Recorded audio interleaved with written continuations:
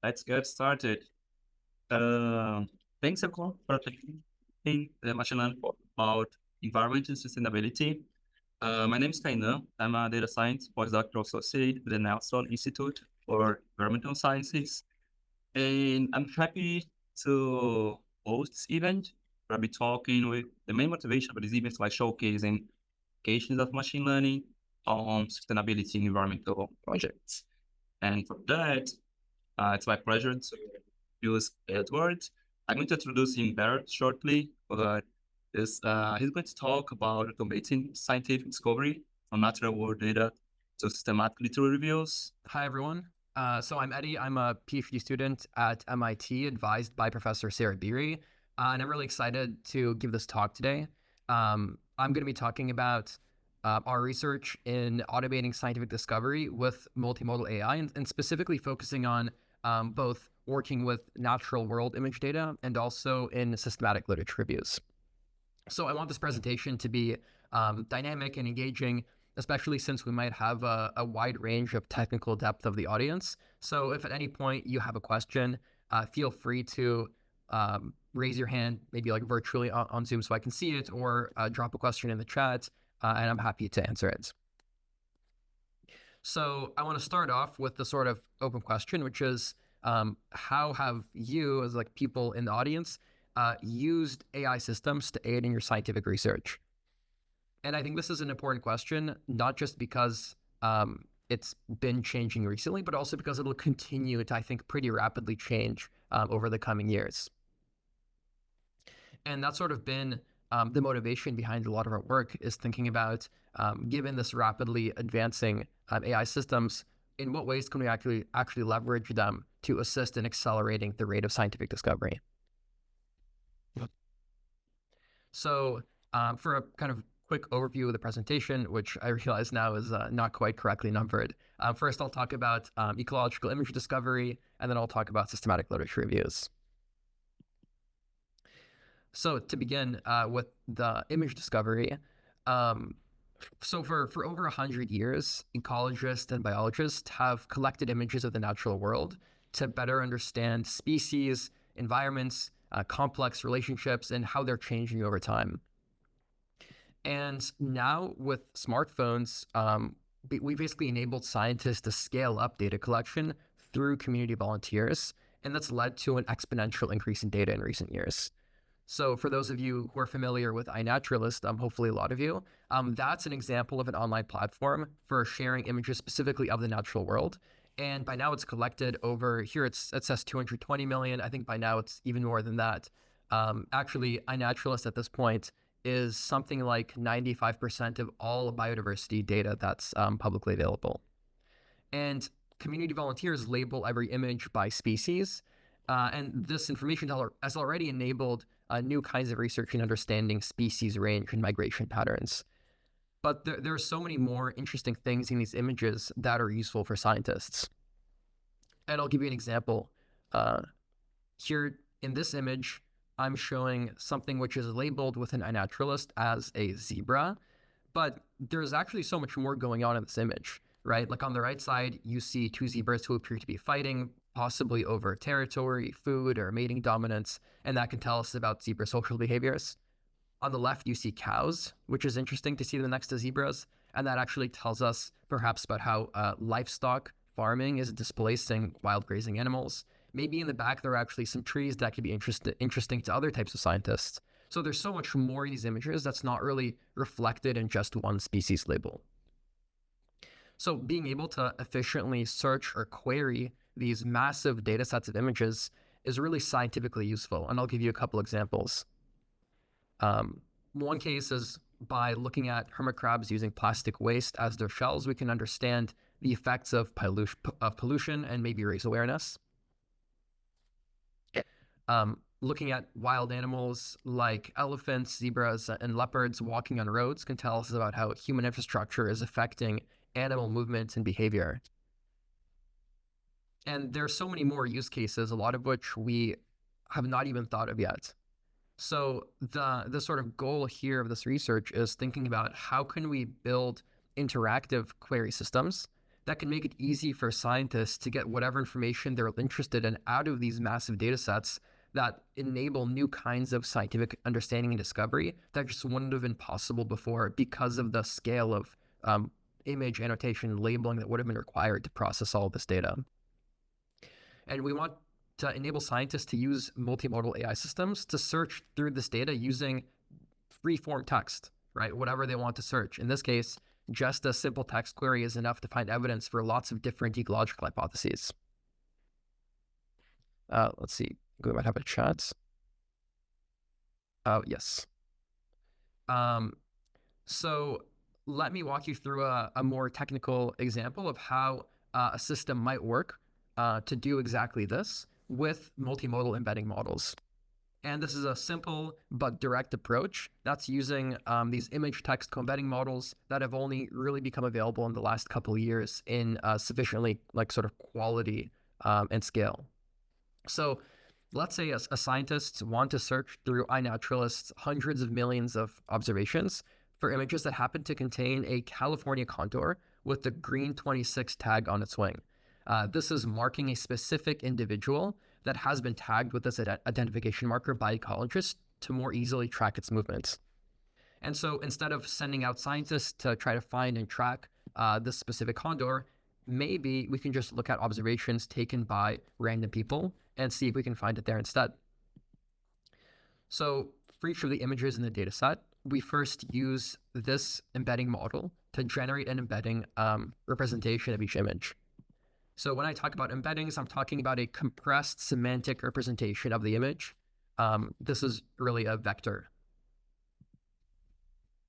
Then we can use the same multimodal embedding model to get the embedding representation of the text. And this type of model is trained so that the text and image embeddings with similar semantic meanings are close together in that high dimensional embedding space. So now we can just compare the text embeddings to each of our image embeddings to get a similarity score. And that tells us how related the text query is to each of these images, at least according to this model. And by simply sorting those images, you can get a good ranking of how similar they are to your query. And if the model works well, the most similar images will be the ones that we're looking for. So in this case, we want the most similar images to be pictures of California condors with a green 26 tag on them. And so to finish up our query system, we basically just return the top matches, and there you go. So this type of search is really fast because a lot of the embeddings, all the embeddings for the images can be pre-computed, right? And so this isn't just a theoretical framework that I'm explaining to you for how something like this might be done.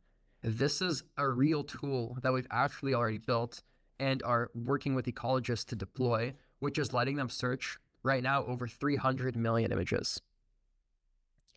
And so don't just take my word for it. This is not a theoretical system, but a real system. So here's a video showing this tool in action.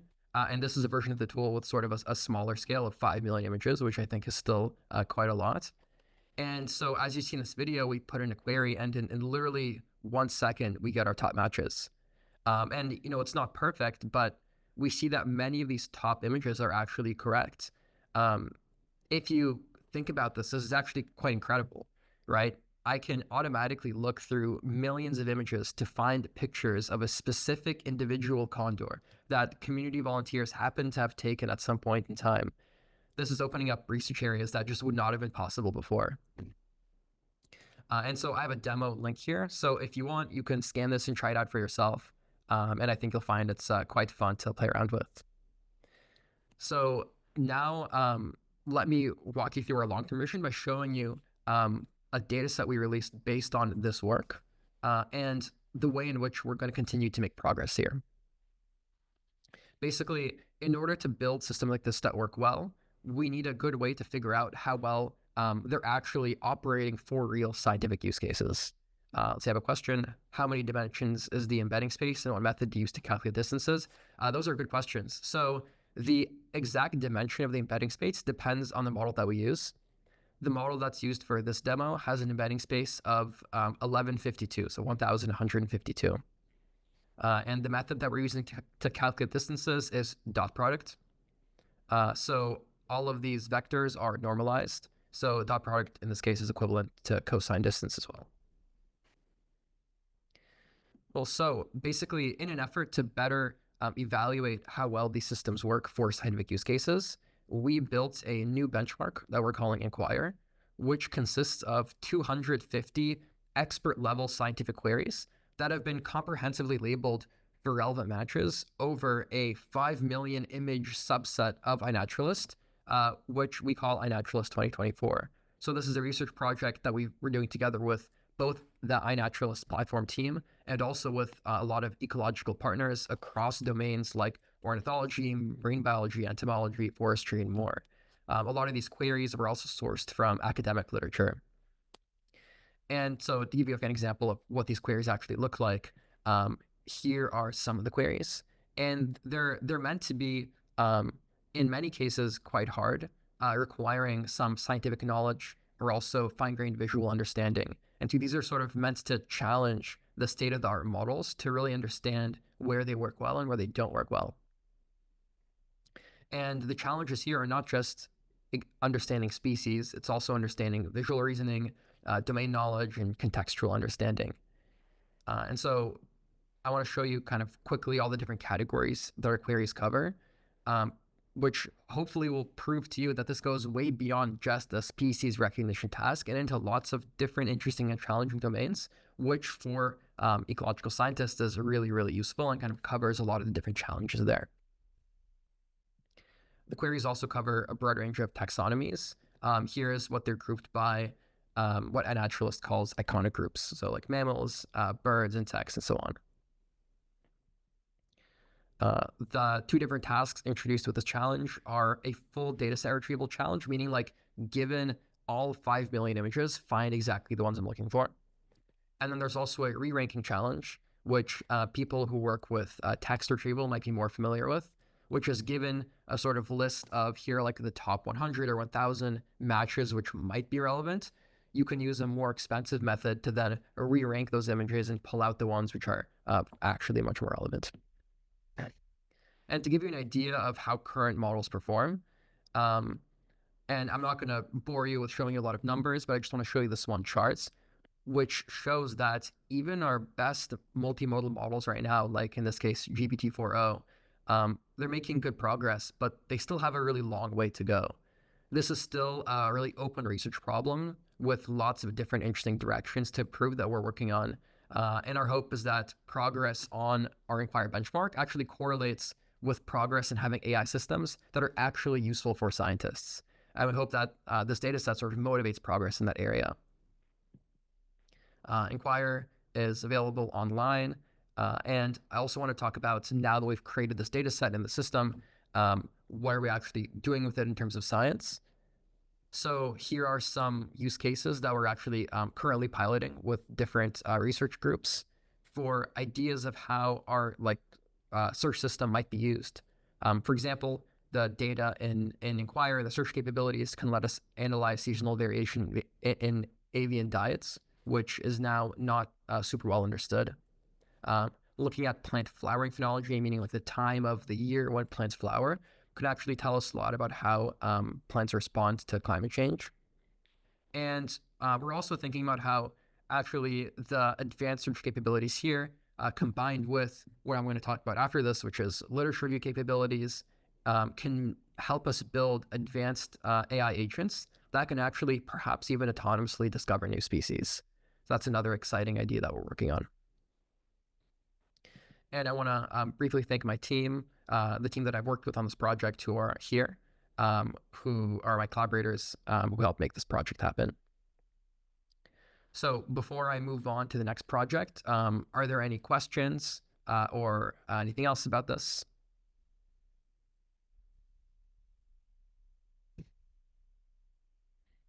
All right.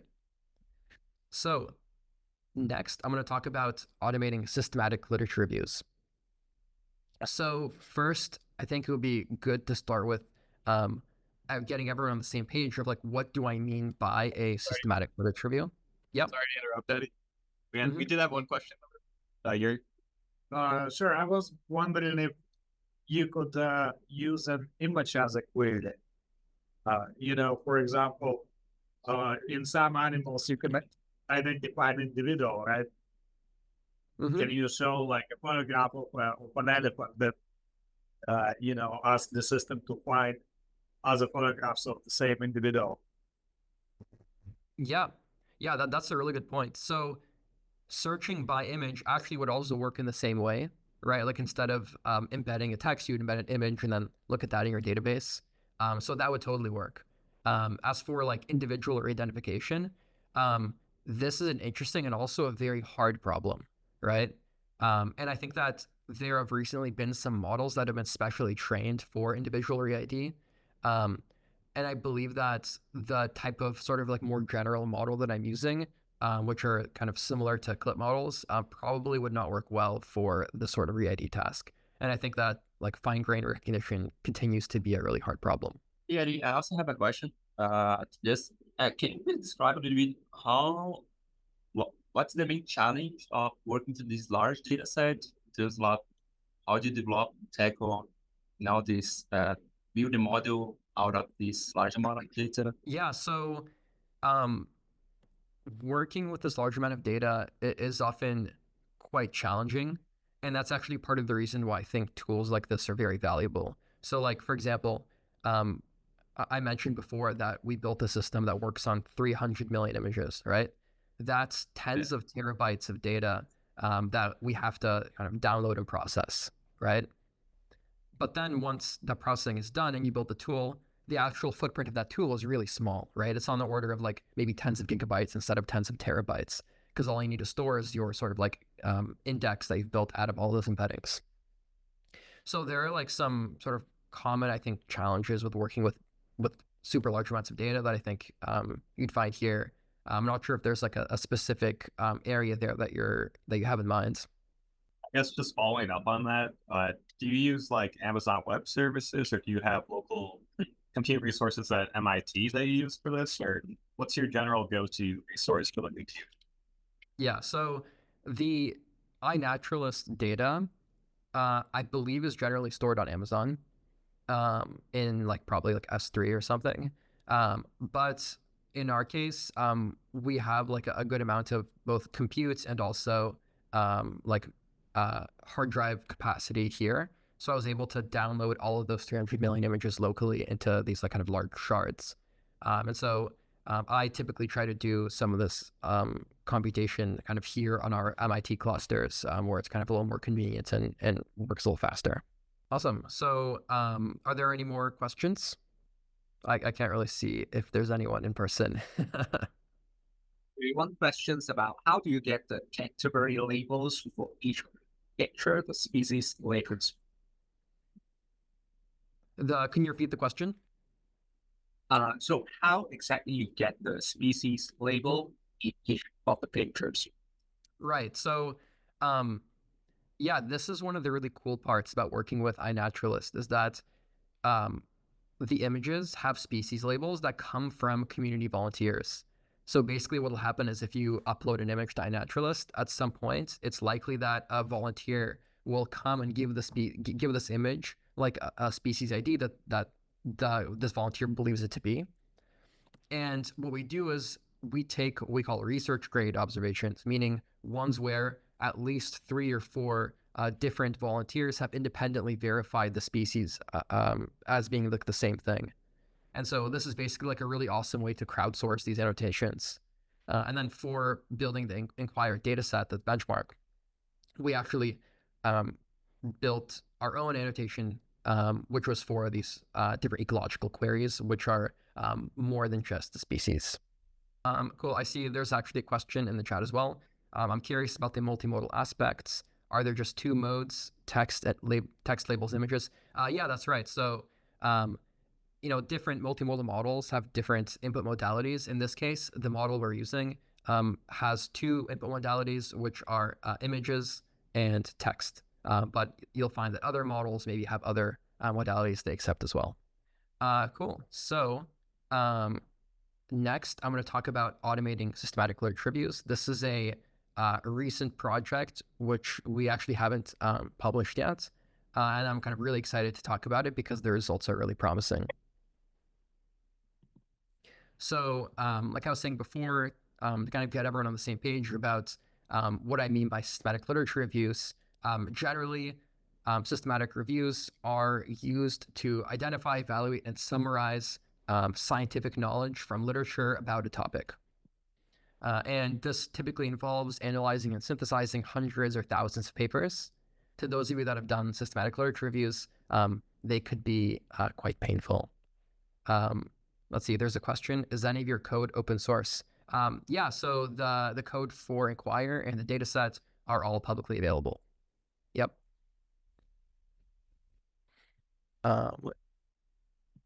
Cool. So systematic reviews are really important for driving scientific consensus, guiding decision making, including a lot of policy decisions.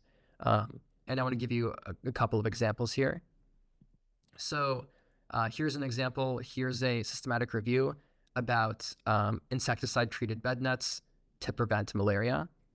And this is an example of a systematic literature review, which was instrumental in basically bringing together sufficient evidence to pass new types of guidelines and policies internationally about the production and distribution of large-scale bed nets. And this ended up saving millions of lives, kind of looking back. And so, like, as you can see, these sort of doing these reviews well is very important, which makes it difficult given how time-consuming they can be. So the typical process for a systematic literature review starts with selecting the keywords that are relevant to your study. And then you basically do a search on PubMed or another paper index related to your field for all the thousands of papers that match your selected keywords. Then you do a title and abstract review. You basically look at the abstract and the title, and you discard most of the papers, but keep the ones that are potentially relevant. Usually this could be like the hundreds of papers. Then you do the same thing, but looking at the full text. Discard most of the papers probably and keep some amount of relevant papers. This could be dozens or hundreds. And then finally, you would extract the study data that you actually need for your review and do the sort of like different types of synthesis, summarization, and analysis. And this takes tens or hundreds, maybe even more expert hours that it takes to do all these stages. I personally know a lot of other grad students who have spent a lot of their time assisting with doing these systematic reviews. And the question is, of course, can we automate it, right? And I would think about this not even just as like a automation as in a replacement, but also as a decision support tool that helps the actual people conducting the review make their decisions and do these studies more efficiently. And so to start, we used logs from 3 systematic literature reviews in environmental health, and we took the data from all stages. To those of you who've used Cobidence before, we actually used the logs from Cobidence. And what we do is that we asked GPT-4 to predict the relevance using predefined inclusion criteria that were written by the authors of those studies before we did this project. And so here are some examples of the 3 different studies that I'm going to be talking about. And so the way that we would do this is that for each study, we ask experts to share their inclusion criteria. Here's an example of those criteria for one of the studies. This is for analysis for quantitative microbial risk assessments. And then you draft a LLM prompt that looks something like this, right? So you're basically saying, hey, like you, the language model, are a literature analysis like expert. Here's the sort of title, abstract, other information. Here are the criteria that we want, and give us a prediction on how well do you think this paper satisfies these criteria, and whether we should exclude it or perhaps follow up on it. And this is basically like what you could imagine you have like a window of ChatGPT open, and you basically just like put this in there and see what you get, right? In this case, it's done in an automated way, but it's essentially like that. And so we want to see, well, like, you know, if we fill in all the details and run this for all the papers in our study, how well can we actually do the stage 1? And what we see is that it actually works really well. In fact, the numbers have gone up since then as we've been using more advanced models and improving the prompt as well.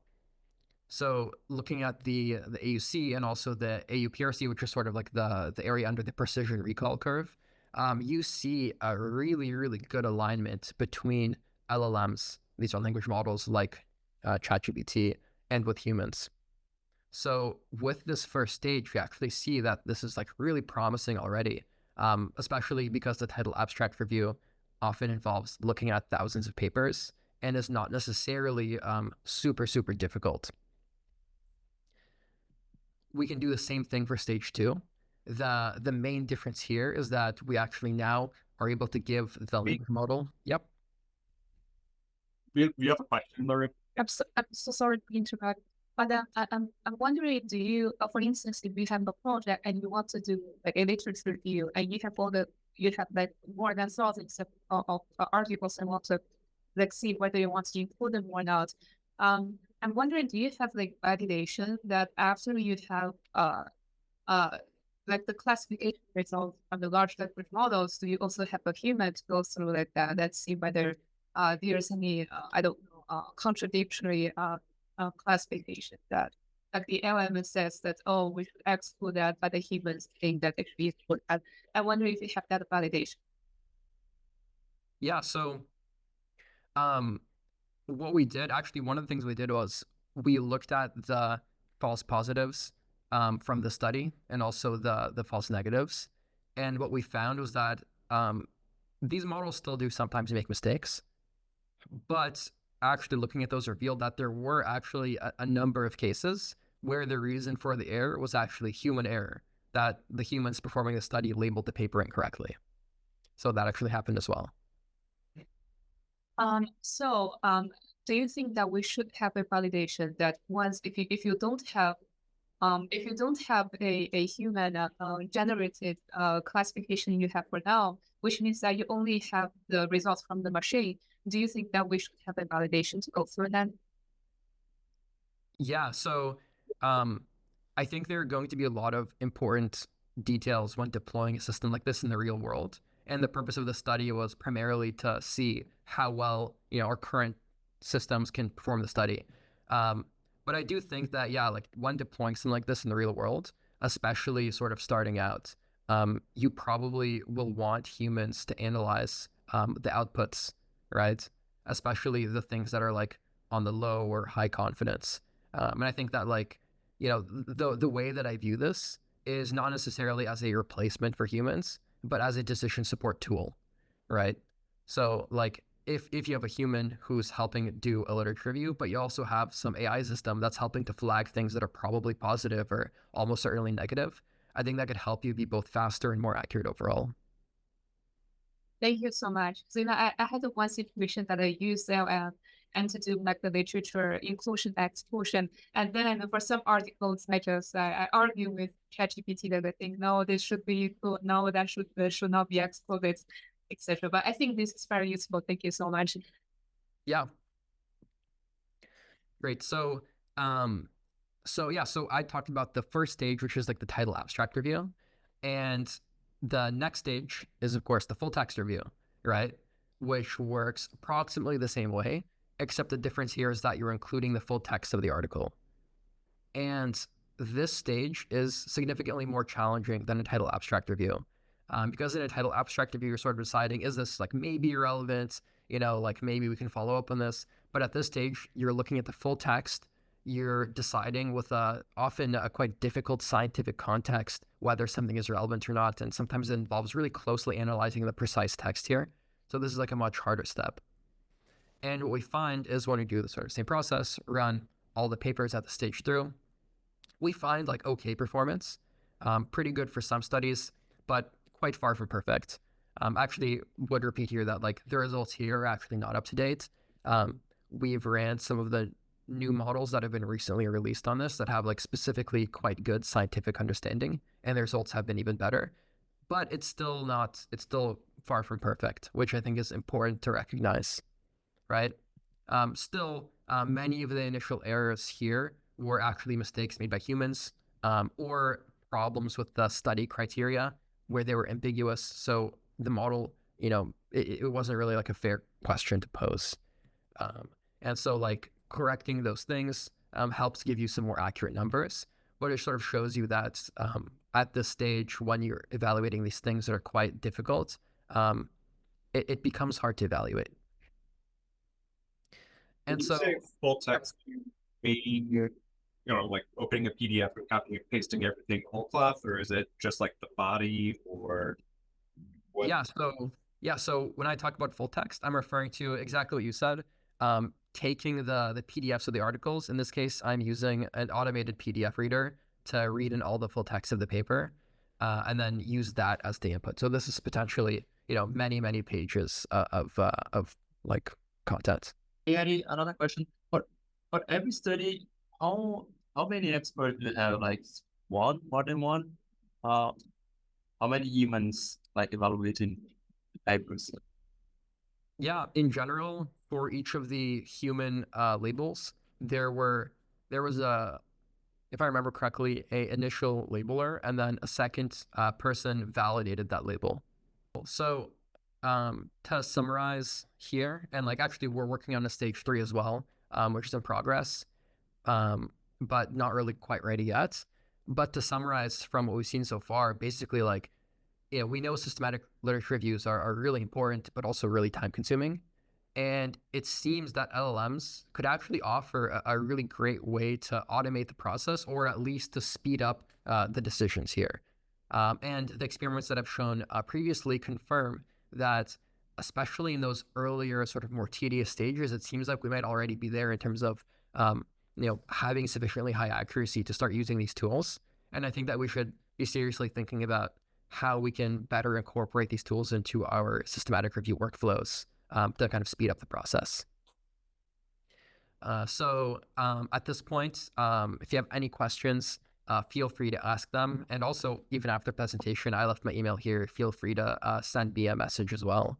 And so I'm opening it up to discussion or comments from anyone. Yeah, Jason? I have some questions about, so when you do the summary and extraction step, will you exclude anything that is not in the primary study itself? Sometimes in the paper, it will include some other study discussions. So the source of the information is technically from another paper. Do you do any disambiguations in this kind of extractions? I'm sorry, I'm not sure quite understood. Could you repeat the question? So did you try to isolate what is the information belongs to a paper and what is not in the same paper? It's just from the citation of the other papers. Oh, okay. I think I might know what you mean. Let me show you actually. So here in our full text review, we denote here the full text of the article, and this tells the model what's actually belonging to the full text and what is the sort of instructions and criteria and other things, if that's what you mean. So in terms of full text, so my question actually is, so you will get the citation inside the full text, right? Sometimes in your paper, you're discussing the information from another paper. That is from the citation and the discussions.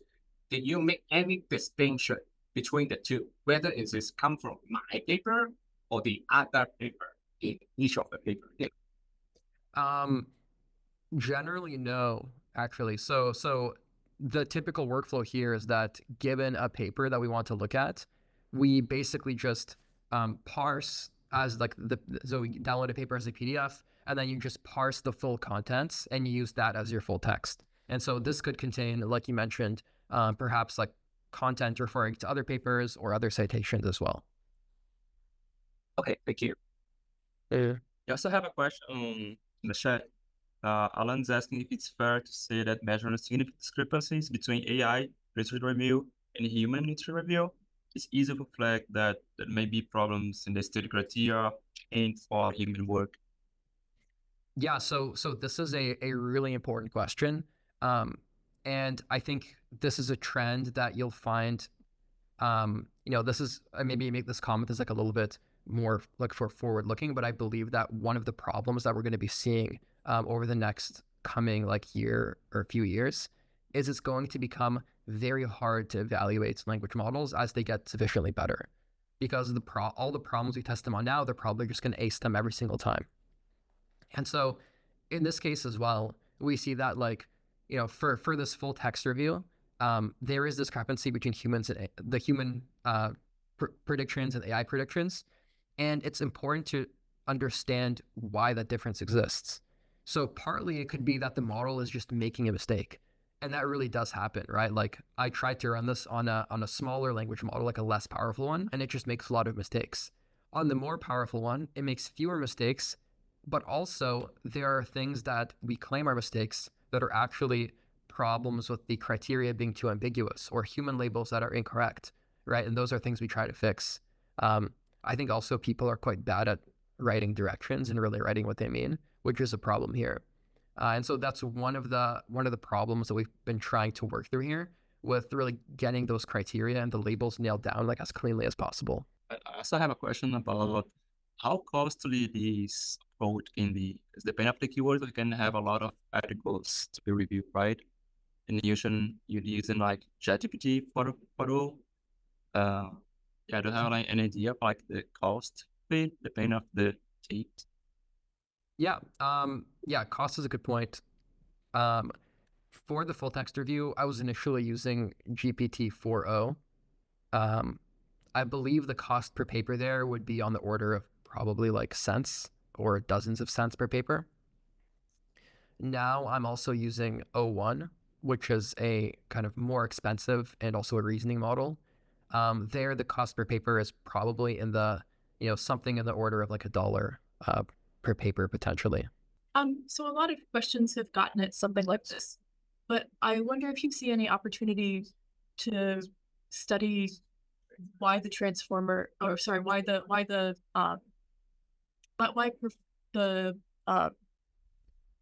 performance is poor on the entire paper, maybe excluding error, like excluding issues in how the prompt was constructed, or excluding cases where humans made a mistake and the LLM was actually doing better. What methodology is it possible to study this question with? I think that's one of the things that has been helpful here, and actually has been the source of a lot of AI progress in the past sort of 6 months, has been not just to ask the model to make a prediction, but ask the model to give a step-by-step thinking, like a chain of thought, right? In this case, we're asking the model to output the reason why it makes certain predictions.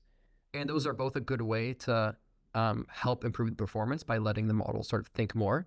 It's also a good way to diagnose failures, because the thinking that happens there and the reasoning trace that you see is actually a good sort of view into what's happening in the model, or why it makes the prediction that it makes. But I think in general, like, really understanding why a model makes a prediction is it's a very hard problem, because these models are sort of black boxes. Going off that a little bit more, Abby, have you looked at some of the chain of thought outputs? And like, do you have any insights into where the models tend to be going wrong when they are not matching with the generators? Insights into where the models are messing up in terms of how they're thinking about the problem. If you are looking at the chain of thought reasoning to sort of figure out how the model is thinking about the problem, do you have any, I guess, clues or insights into where things are going wrong? Is it just a lack of training data for a specific domain of science? Is it the length of the papers that's becoming an issue? Or just any general thoughts in that area? Yeah, I think it's both of those issues that you mentioned. One is definitely the length. Some of these papers are not very long, but some are very long, hundreds of thousands of tokens, right? You can think about this as like hundreds of thousands of characters, maybe like dozens of pages. And in these cases, it's quite hard for a lot of current models to reason about very large amounts of text. And often the longer the sort of input text, the worse your performance becomes. So that's one source of errors. Another is just that with these full text reviews in these relatively niche scientific areas, it's just a hard question, right? Like, you need a lot of domain expertise and a nuanced and deep domain understanding to answer a lot of these questions correctly. And I think that this is still an area where these models are not doing super well, but rapidly improving. And so that's one of the big sources of errors as well. Yeah, so basically the papers that we're downloading, you could imagine this the same as like I just go and download this myself. And actually a lot of these papers I did download manually myself. We're not distributing these papers. These are just used for research use. Have you thought about combining the two halves of your presentation? It'd be super cool to like send a picture of a diseased bug and get literature relevant to what disease that bug has. Yeah, I mean that would be really, really cool, right? And I think that that's sort of where you'll see the field moving. And I alluded before to this idea of autonomous species discovery. And I think that some combination of these is going to be a big part of a system like that, right? Like, I think that there might be something interesting with potentially new species and some taxa. Well, I can actually conduct a full literature review, right? For what do we, as scientists know about this taxa? Where are the gaps? Where are the areas that there might be something new that we haven't discovered yet? How does this line up with what I'm seeing in these massive image data sets like iNaturalist? So I think that these are interesting building blocks that put together can make a really powerful system. Eddie, I'm kind of wondering how the LLM would compare to like Google search. Because I know you're showing how closely the results match to a human rater, but I'm wondering how much of this is just the LLM recognizing the relevance of the text, not really recognizing like specific hypotheses or specific criteria that you're trying to vet. So that's something you've looked at, just trying to compare your search criteria and seeing how well Google or Google Scholar extracts the relevant papers. I mean, something like Google Scholar will use a relatively simple sort of text similarity matching algorithm like BM25. And these are good for sort of rough similarity. And like I mentioned, let me go back here. This sort of first stage of the literature review, before the first stage, is basically this. You get your selection criteria, like your keywords, and you look through a database of papers to see what matches your criteria, right? And having a text match is a potential proxy for relevance. And it's how Google search kind of works, although there's a lot more complexity really there. But when you're doing these zero literature reviews, especially in this full text regime, the questions become, I think, so hard and so nuanced with your different criteria that this is not really something that a simple text similarity algorithm could really capture well. And actually, one of the ways you could measure that, which we did, is you can just, if you run a worse LLM, it actually does a lot worse. So you need a certain level of domain expertise to really start to answer these questions with reasonable performance. You also think about putting your system into the next step, which is conducting meta-analysis somewhat autonomously. And if yes, you anticipate what are the major challenges? Mm-hmm. Yeah, so I'll make 2 points here. First is that the stage 3 process, part of that, which is extraction, we started working on it. So like one example was we took a study and they had a big table, which was look at the specific types of like analysis models used in these different studies and try to predict basically like which of these categories or buckets do they fit into. And the models actually do like very, very well. Only the really big ones though.